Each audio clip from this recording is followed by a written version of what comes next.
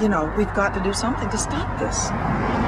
Okay. And, do you think that maybe this is kind of crossing the line, so that even if people wouldn't necessarily voice their opinion in opposition to your viewpoint, but once you put this kind of imagery, it just kind of makes a catalyst that says this is too far? I mean, you can talk to people until you're blue in the face, Mm-hmm. and people, you know, quite often seek comfort in their opinions, and they do not want to be challenged by the truth. But you know what? My ability to do this, it comes out of the First Amendment. This is free speech in action. Now, I'm an artist. I'm also, you know, sort of a, what would you say, subversive, or, you know, I've always been radical in my positions about things. When I was a liberal person back when I was a student and a young person, I had 2 abortions myself. You know, granted, in those days it wasn't, you know, it would be unthinkable, and it might probably illegal to have it past the 5th week or something like that. But so is some of what you're doing in response to your own choices? Is that what you're... Well, yeah, sure. Of course, it comes out of my life. It comes out of my desire to become to bring you know, understanding and insight for people who think, yes, women should have a choice, but this is what the choice means, and I don't think that many people know that. Nobody wants to look at this. It's really horrible, you know. But I think we need to, and I guess my calling is, I don't care if people are mad at me or don't like me, or I don't care, you know. So how do you feel about how it reflects upon the church also? Oh, the church is very, very, very committed to doing God's will, and that means not killing babies. And people have to know that what choice means is killing babies.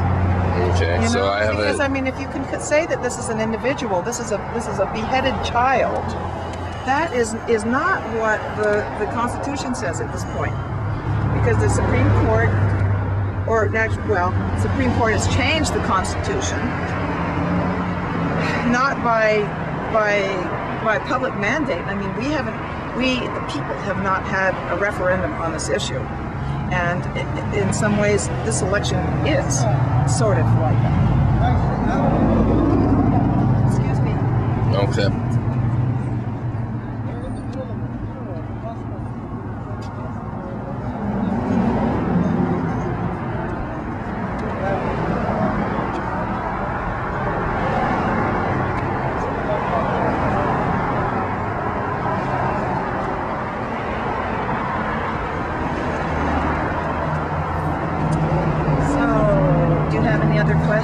Yes, so I noticed the sign on your car talks about Nope 2012. Yeah. So does that mean that you are supporting Mitt Romney? Yes. Yes. So as far as his war initiatives and speaking about fighting wars in Iran and all these other places, how do you feel about being pro-life in a war or in other nations where you bring violence and destruction to other cultures? I would say I'm not I'm sort of like a conscientious objector. I mean, I don't feel that that war is bad.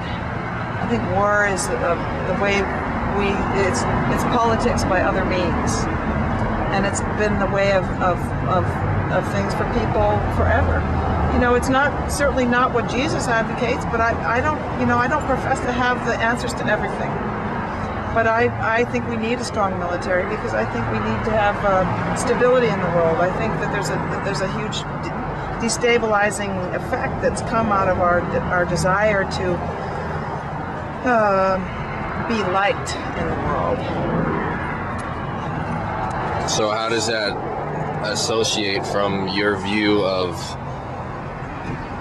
of infants as opposed to fetuses, and citizens of the United States as opposed to other citizens, and as opposed to soldiers and civilians. Well, these are innocents. The babies are innocents.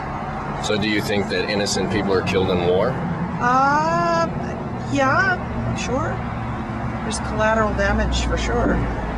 But, I mean, I feel shame as a woman that I have choice. You know, I have the prerogative to decide whether I can mutilate my baby in my or not. You know, that's not a choice that I want.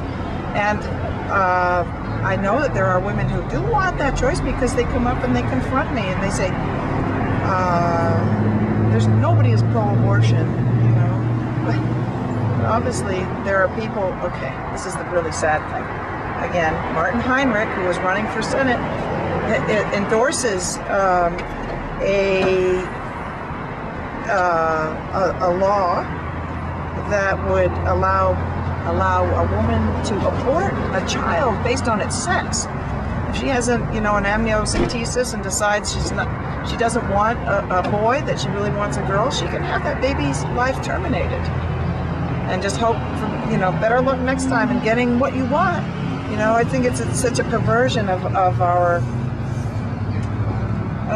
in this perverse generation, the me generation, that we have too much power to make choices that are. I think that choice should be illegal.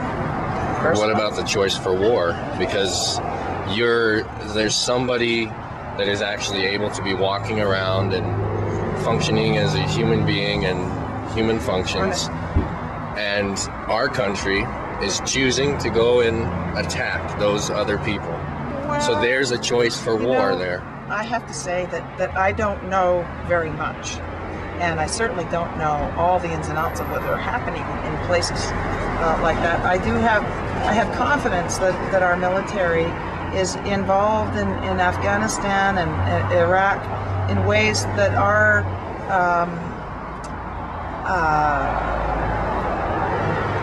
they're trying to build the countries up. You know, I have two personal experiences with that, as opposed to, I don't see that these people I've met from the military, mostly reservists, are going over there because they want to kill people. They want their mission, and the mission of the Army is to create goodwill. They've sort of taken over the role of the State Department in creating goodwill in the world, because the State Department certainly isn't doing that. Well, anyway, that's another story. But okay. So if I could just interject one thing really quick. Yeah. Transposing that with your statement about abortions, do you think the mothers that are having abortions are feeling that they're killing a child? Well, see, that's part of the thing, the convenience of having the Supreme Court rule that this child is not a child. It's not a person. It's not a person until it's born.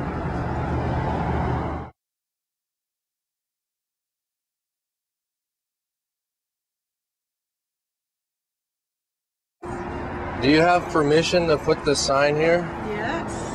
From who? From the church. From the church? Yeah. Are you associated with the church in any way? No?